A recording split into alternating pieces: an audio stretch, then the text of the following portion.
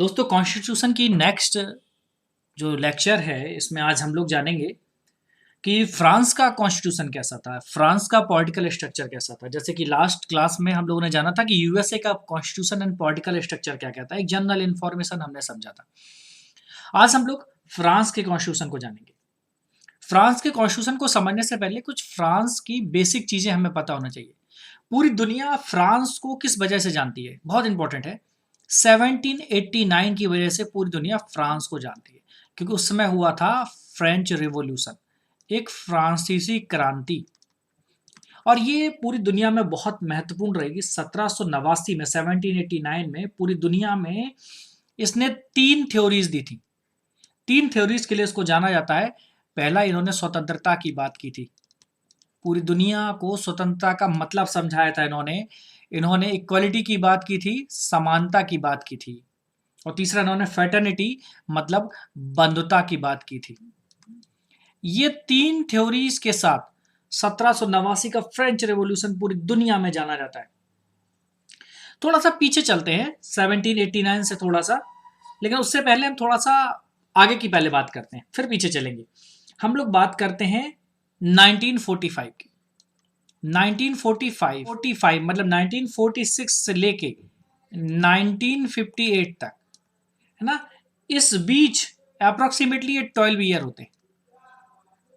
यहां पर कोई भी एक स्टेबल गवर्नमेंट नहीं बन पाती और इस समय लगभग 24 सरकारें बनी। इस बीच में लगभग 24 सरकारें बनी, मतलब फ्रांस में लोकतंत्र की स्थापना उस तरीके से नहीं हो पाई जिस उद्देश्य को रख के की गई थी। शुरुआती वर्षों में सरकारें बनी, मतलब हर 6 महीने में एक बार सरकार बदल जाती। अब इन्होंने यहां पर डिसीजन लिया कि ये तो बड़ा गड़बड़ है, तो अब क्या करें। तो इन्होंने ये सोचा कि अब क्या किया जाए। अब ये बहुत बड़ा विचार था, क्योंकि कोई भी स्टेबिलिटी वहां क्रिएट नहीं हो रही थी। ये तो पहले से भी बुरा शासन हो गया। जब स्टेबिलिटी क्रिएट नहीं होगी तो डेवलपमेंट क्रिएट नहीं होगा। तो सरकार क्या करे, तो स्टेबिलिटी क्रिएट करने के लिए उन्होंने 2 चीजें एक्सेप्ट की। For stability, for the stability of government. अब सरकार में स्थायित्व लाना था, तो इन्होंने इसके लिए क्या सोचा कि हम लोग क्या करते हैं, एक मिला जुला स्वरूप अपनाते हैं कि हम लोग संसदीय भी शासन अपनाएंगे और अध्यक्ष वाला भी अपनाएंगे। ठीक है, संसदीय और अध्यक्षात्मक, इन दोनों का मिला जुला स्वरूप अपनाया। इन दोनों का मिला जुला रूप अपनाया, इसलिए इसको बोलते हैं अर्ध अध्यक्षात्मक प्रणाली। अर्ध अध्यक्षात्मक प्रणाली बड़ा इंपॉर्टेंट था। पहली बार दुनिया में इस तरह की प्रणाली देखने लगती है।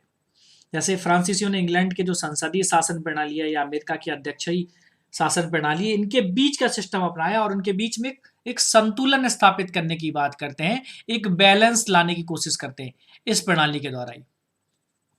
इसलिए फ्रांस के संविधान को टेलर मेड कॉन्स्टिट्यूशन कहते हैं। इसी की वजह से ये दोनों अर्ध, इसलिए इसको क्या बोलते हैं, टेलर मेड। जैसे टेलर नहीं तो कपड़ा सिलता, वही वाला टेलर, कि टेलर मेड कॉन्स्टिट्यूशन कहते हैं। कि उसने क्या किया, फ्रांस के कॉन्स्टिट्यूशन में दोनों प्रणालियों का मिक्सअप कर दिया। एक टेलर नहीं होता, दो अलग अलग तरह के कपड़े को सिल के एक एक एक कपड़ा तैयार कर देता है, एक पहनने लायक चीज बना देता है। ठीक है, इसलिए वहां पर संसदीय और अध्यक्षीय शासन का मिला जुला रूप मिलता है। संसदीय शासन की बहुत सारी विशेषताएं पाई जाती हैं। यहाँ पर संसदीय स्वरूप में हम लोग बात करें कि ऐसी कौन सी चीज है जो पार्लियामेंट में वहां प्रभावित करती है, तो संसदीय शासन से फ्रांस को क्या क्या मिला, बड़ा इंपॉर्टेंट है। अब अगर संसदीय की हम लोग बात करें तो वहां पर संसदीय प्रणाली की कौन कौन सी चीजें मिलती हैं। सबसे पहले जो राष्ट्रपति का, जो प्रेसिडेंट का इलेक्शन होता है, इंपॉर्टेंट चीज है यहाँ पर। नोट नोट इसमें सेकंड बैलेट का भी यूज होता है, जैसे इंडिया में होता है।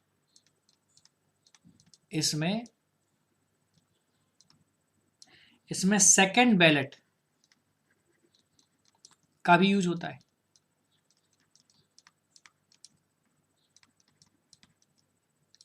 मतलब सेकंड प्रेफरेंस भी देखी जाती है। जब हम लोग इंडियन कॉन्स्टिट्यूशन पढ़ेंगे तो वहां पर सेकंड बैलेट का मतलब देखेंगे। अभी आप सिर्फ कुछ चीजों को यहां पर समझ लीजिए कि इसमें एक सेकंड बैलेट होता है, मतलब एक उम्मीदवार अगर वहां पर 3 उम्मीदवार खड़े हुए हैं तो उसको अपनी प्रेफरेंस बतानी होती है, पहला ये, दूसरा ये, तीसरा ये। तो वहां पर जो वोटिंग होती है वो इस क्रम में होती है, इसलिए बोलते हैं उसको सेकंड बैलेट। तो सेकंड चॉइस भी बड़ी इंपॉर्टेंट होती है। ठीक है, अब अगर देख लीजिए सेकंड बैलेट को थोड़ा सा मैं समझा देता हूं हल्का सा, बहुत ज्यादा डिटेल में नहीं देखना है। अगर सेकंड बैलेट का यूज हो रहा है तो कैसे होगा, मान लीजिए कि पहले राउंड में, फर्स्ट राउंड में अगर किसी को भी क्लियर बहुमत नहीं मिलता है, अगर बहुमत नहीं मिलता है, ठीक है, अब मान लीजिए किसी को फर्स्ट राउंड में बहुमत नहीं मिला, तो क्या करेंगे, तो जिन जिन को सबसे ज्यादा वोट मिले उनके बीच पुनः निर्वाचन होगा। तो क्या होगा, सर्वाधिक मत प्राप्त प्रत्याशियों के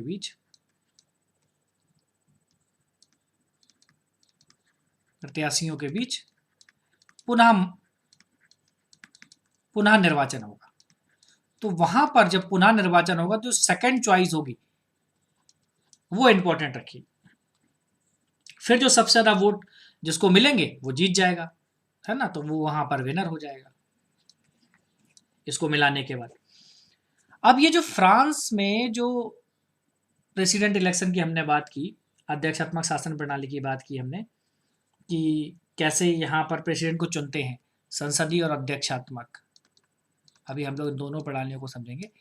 तो इलेक्शन होगा, सेकंड मत होगा, और उसके बाद विनर होगा अगर क्लियरिटी मेजोरिटी नहीं मिलती है पहले चरण में। ठीक है, अब ये जो फ्रांस का प्रेसिडेंट है ये रिपब्लिक हेड है, ये गणतंत्र का प्रधान है, ये क्या है, ये Republic head of the nation है। ठीक है, इसका जो टेन्योर होता है ये 7 ईयर का होता है, 7 साल का होता है। लेकिन फिर क्या किया गया, थोड़ा सा इसमें संशोधन किया गया। ठीक है, 2000 में एक अमेंडमेंट किया गया और इस अमेंडमेंट के द्वारा 5 ईयर कर दिया गया, उसको 5 साल कर दिया गया। ठीक है, अब दूसरा, ये जो प्रेसिडेंट होता है ये पीएम की नियुक्ति करता है। ठीक है, प्राइम मिनिस्टर की नियुक्ति कौन करता है, प्राइम मिनिस्टर की नियुक्ति प्रेसिडेंट के द्वारा होती है।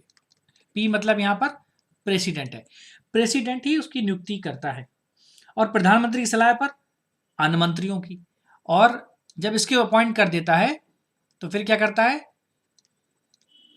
अन्य मंत्री हैं जो, अन्य मंत्रियों का जो नियुक्ति है या अपॉइंटमेंट है, नियुक्ति ये पीएम की सलाह पर की जाती है, ये पीएम की सलाह पर की जाती है। अब देखना, पीएम और प्रेसिडेंट दोनों मिलकर काम कर रहे हैं, अध्यक्षात्मक शासन प्रणाली भी है और संसदीय शासन प्रणाली भी है। तो यहां पर कलेक्टिव रिस्पॉन्सिबिलिटी है, सामूहिक उत्तरदायित्व का सिद्धांत है, दोनों लोग मिलकर रिस्पॉन्सिबिलिटी उठाते हैं, सामूहिक उत्तरदायित्व का सिद्धांत यहां पर काम करता है, जिसके अनुसार प्रधानमंत्री और मंत्रिपरिषद विधायिका के निचले सदन के लिए रिस्पॉन्सिबल होते हैं।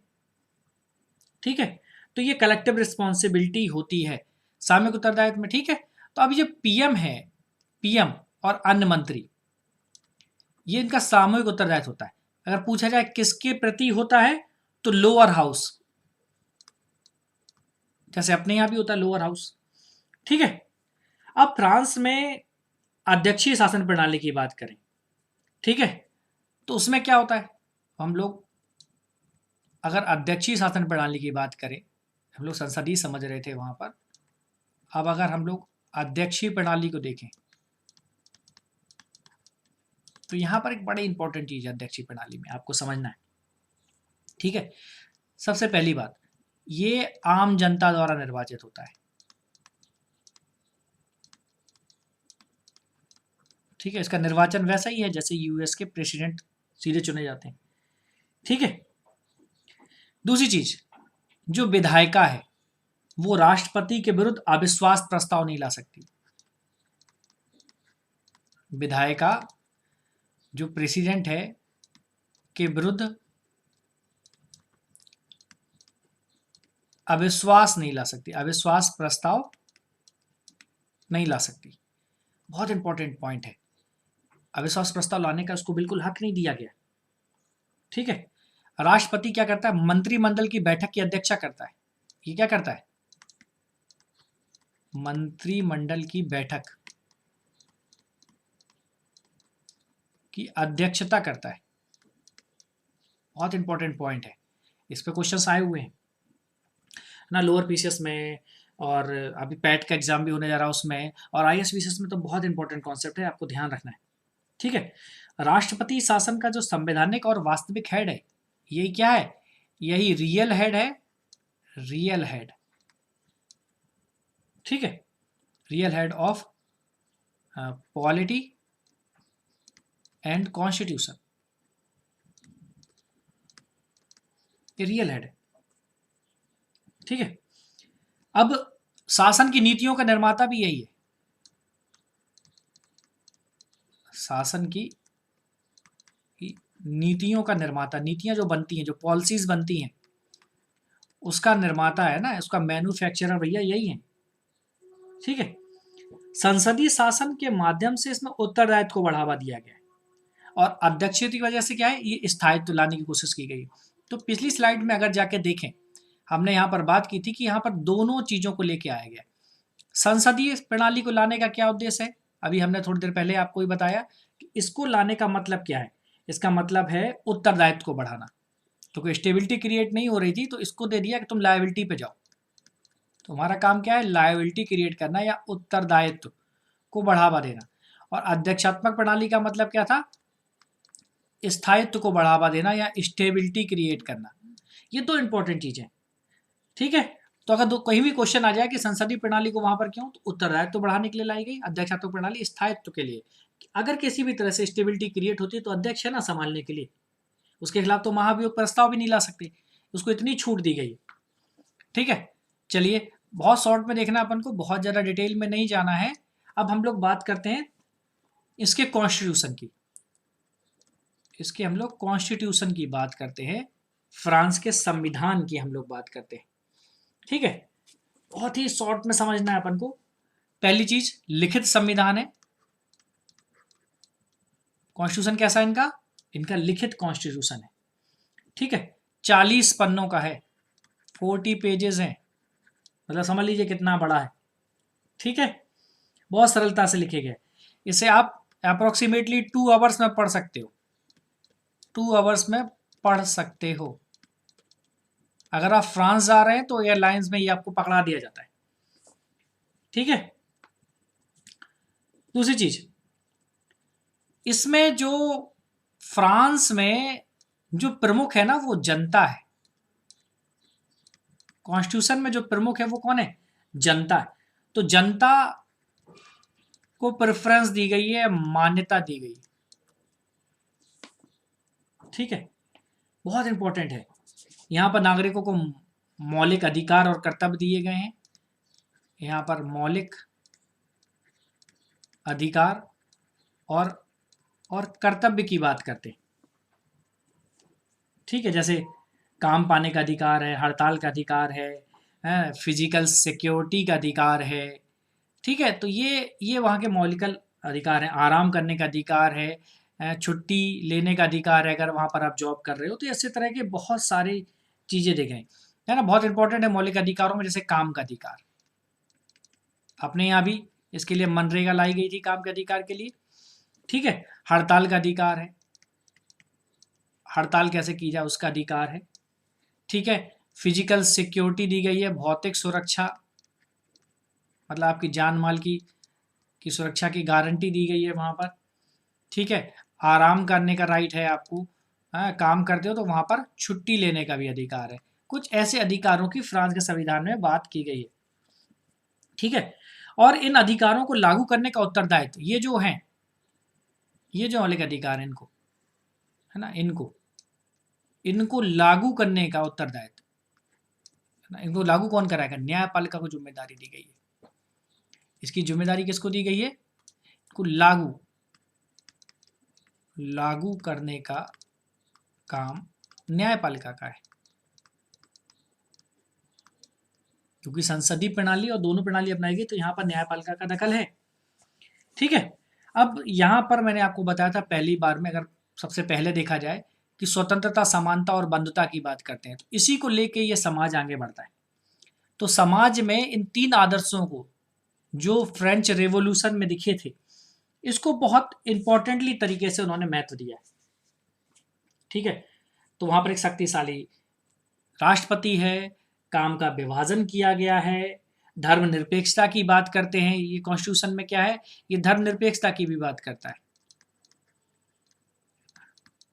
फ्रांस एक धर्मनिरपेक्ष देश है, जहां पर उस देश का कोई धर्म नहीं है। धर्म के आधार पर किसी भी व्यक्ति को सरकारी पद या शासन पद धारण करने से कोई रोक नहीं सकता है ना, कि तो वहां स्टेट का कोई या राज्य का कोई या देश का कोई धर्म नहीं है। ठीक है, संविधान के द्वारा वहां राजनीतिक प्राप्त मान्यता दल हैं, लेकिन वहां पर जुडिशियल रिव्यू नहीं है। कॉन्स्टिट्यूशन में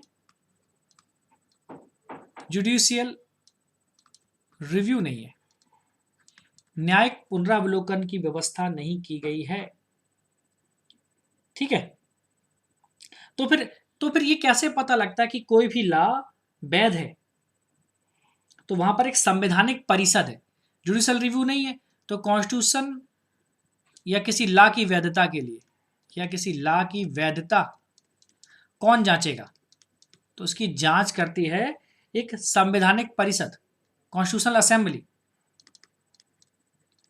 यहां पर एक संवैधानिक परिषद है, और ये संवैधानिक परिषद का बड़ा इंपॉर्टेंट रोल है। कोई कॉन्स्टिट्यूशन वैलिड है कि नहीं है, सॉरी, कोई लॉ वैलिड है कि नहीं, अकॉर्डिंग टू कॉन्स्टिट्यूशन है कि नहीं, तो उसका काम कौन करेगा, कौन देगा? ये कॉन्स्टिट्यूशन असेंबली उसको काम करेगी वहां पर। ठीक है, अब हम लोग थोड़ी सी इनकी विधायिका का स्ट्रक्चर समझ लेते हैं कि इनकी विधायिका कैसी है। इनकी विधायिका कैसी है? ठीक है, अब इसमें जो लोअर हाउस है, इसमें जो लोअर हाउस है, इसमें जो सदस्य होते हैं उसका प्रत्यक्ष निर्वाचन होता है। इसके सदस्यों का क्या होता है? प्रत्यक्ष निर्वाचन होता है। और जो अपर हाउस है, इसे सीनेट कहते हैं वहां पर। ठीक है, ये इसका निर्वाचन अप्रत्यक्ष होता है। ठीक है, अप्रत्यक्ष निर्वाचन होता है। ठीक है, म्यूनिसिपल क्षेत्रों से या विभागीय सरकार के द्वारा। ठीक है, अब निर्वाचन देने के लिए एज 18 वर्ष है, जो अपने यहाँ पर है वही तरीका है। और अगर इसमें संशोधन करना हो संविधान में, तो एक कठोर संविधान माना जाता है। ठीक है, इसमें इसको काम करने के लिए। अब थोड़ी सी चीज़ें हम लोग और समझते हैं। हमने बात की थी कि 1789 के बाद यहाँ पर 1789 के बाद यहाँ पर लिबरल डेमोक्रेसी की शुरुआत हुई थी। लिबरल डेमोक्रेसी शुरुआत हुई, लेकिन रियल डेमोक्रेसी 1945 में आई थी। तो यहाँ पर यूनिटरी प्रकार का शासन है। यूनिटरी या मतलब बोल सकते हो आप एकात्मक प्रकार की व्यवस्था की गई है ना।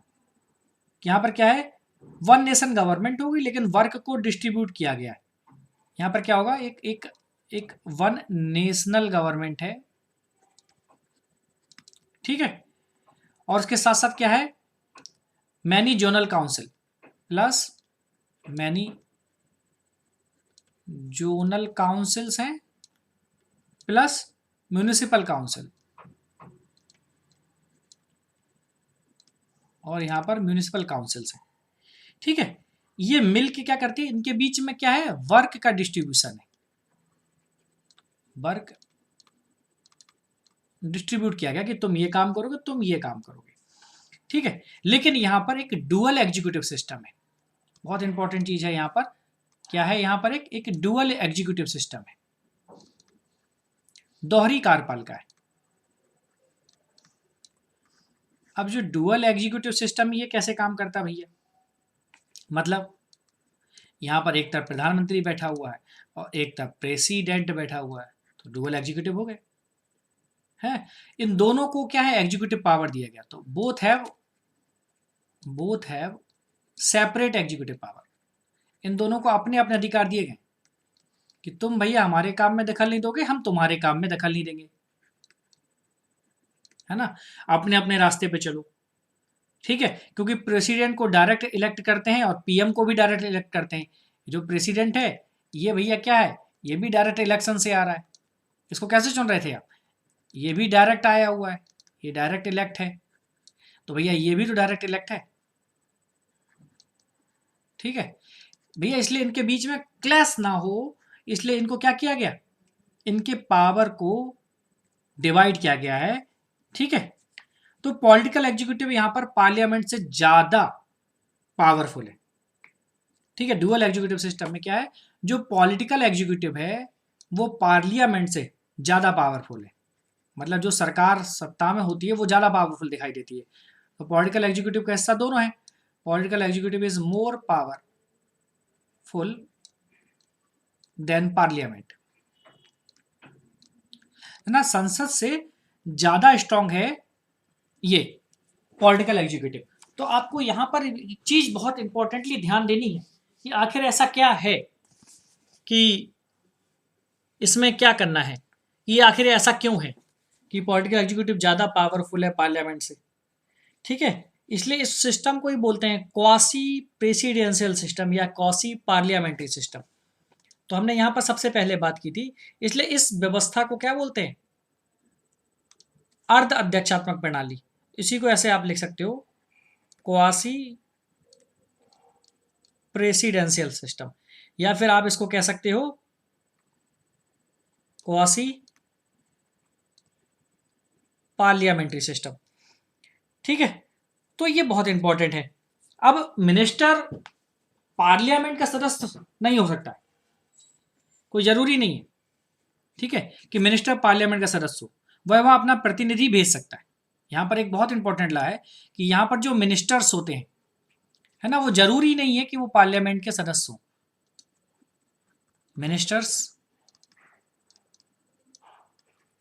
मिनिस्टर्स जरूरी नहीं है, जरूरी नहीं है कि पार्लियामेंट के सदस्य हों, लेकिन पार्लियामेंट में उनको रिस्पॉन्सिबिलिटी तो पता नहीं हुई, कलेक्टिव रिस्पॉन्सिबिलिटी थी, तो क्या करेगा, तो वह वहां अपना प्रतिनिधि भेजता है। तो ये क्या कर सकता है, वह वहां अगर खुद नहीं जाना सकता है तो वह वहां अपना रिप्रेजेंटेटिव या प्रतिनिधि भेज सकता है, प्रतिनिधि भेज सकता है जो मिनिस्टर्स के कामों को पार्लियामेंट में बताएगा, ठीक है।